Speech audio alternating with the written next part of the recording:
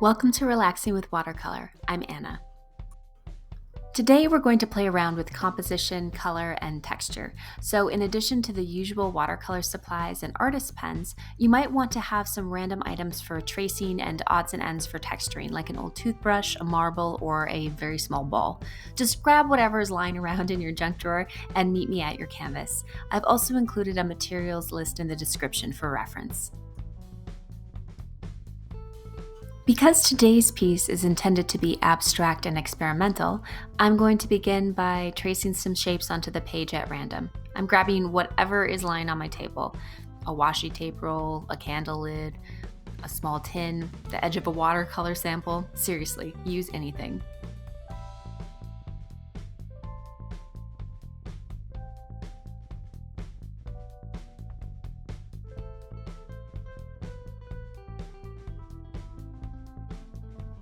Laying down these shapes creates the foundation for the piece. These are the bones. Now let's bring everything to life with some color. To start, I'm going to load a bunch of water onto my brush and apply it to areas of the paper at random. Next, I'm going to load up my brush with a whole lot of color and tap it into the watery areas on the page. Because these areas have little puddles of water, the color will flow through those areas. I think it looks so cool, and it's one of my favorite things about working with watercolor.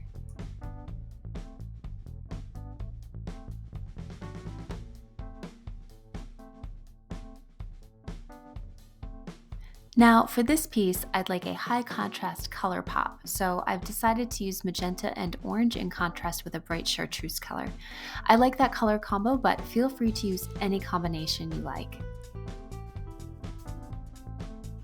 This tool I'm using here is a water brush pen. You can suck water into it and it'll continually supply water to the brush for painting, but today I'm just using it as a water dropper. I'll add little dewdrops to the paper and then fill them with color in a minute. I'm also dropping water onto areas where I'd like the existing color to spread out.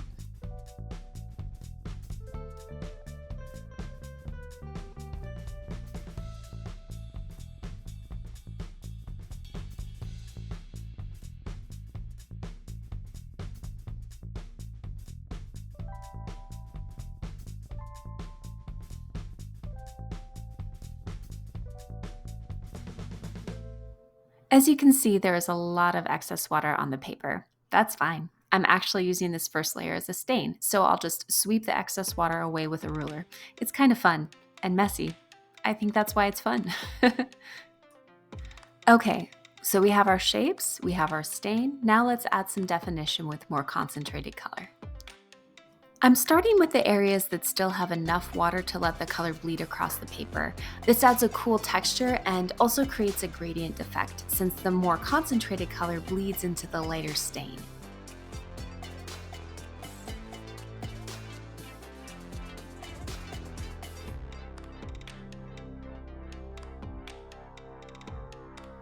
I'm also going to add color to some of the outer and inner edges I see to help create depth and dimension.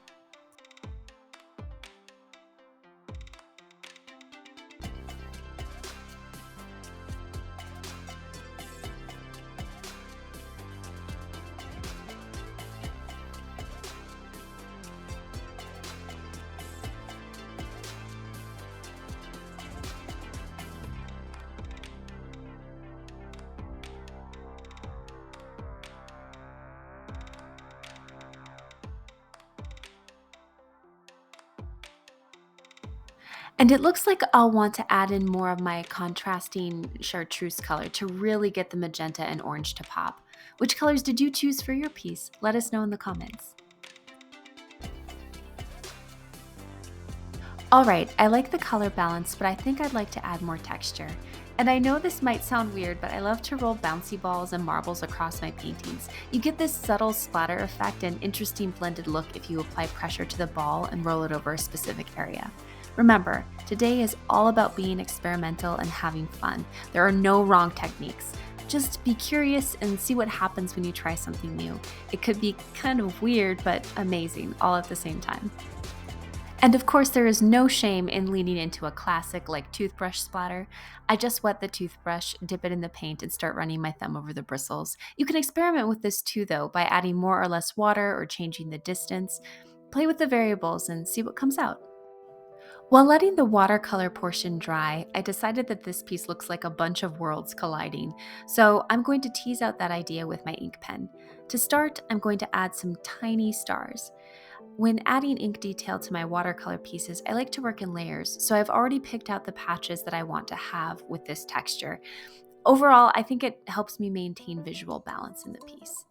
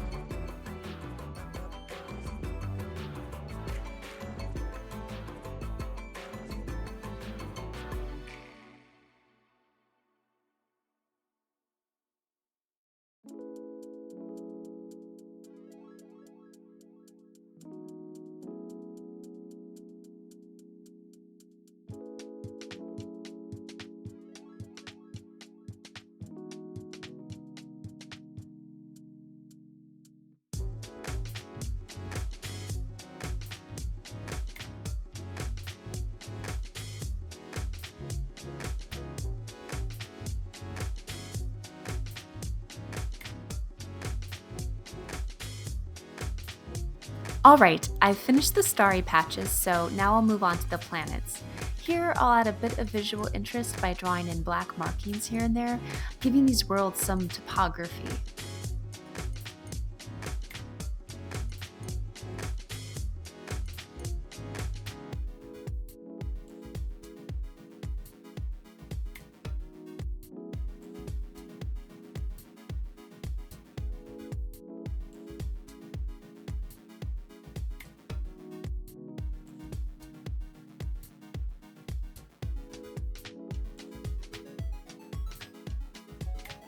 Oh, and I decided that these lines belong to an outer frame sun, so I'll make a light burst here.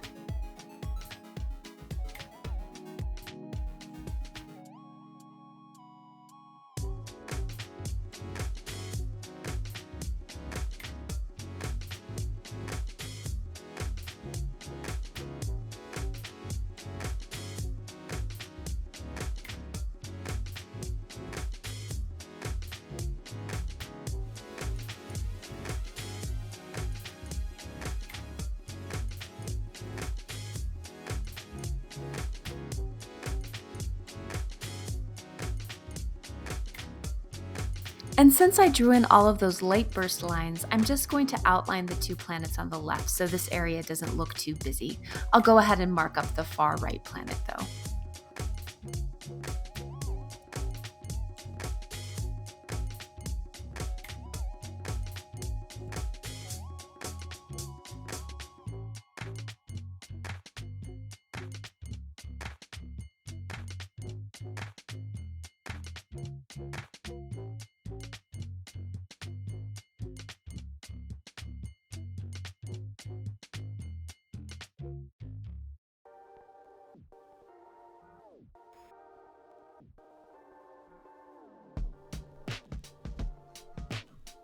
And I don't know about you, but I spy a comet right here. There we go. Overall, I like the composition of this piece, but I think I'm going to add just a few definition lines to the edges of these white and pink areas so they give the impression of clouds, and that should do it. While I'm finishing up here, let me know where your abstract experiment took you. Which techniques did you use? Which tools? Which colors? What did you see in your own painting? Share in the comments. I'd certainly love to know. And if you enjoyed the video, please like and subscribe, or if you have suggestions for content you'd like to see, just let me know. Thanks for creating with me today. I had a blast and I hope you did too. Until next time, take care.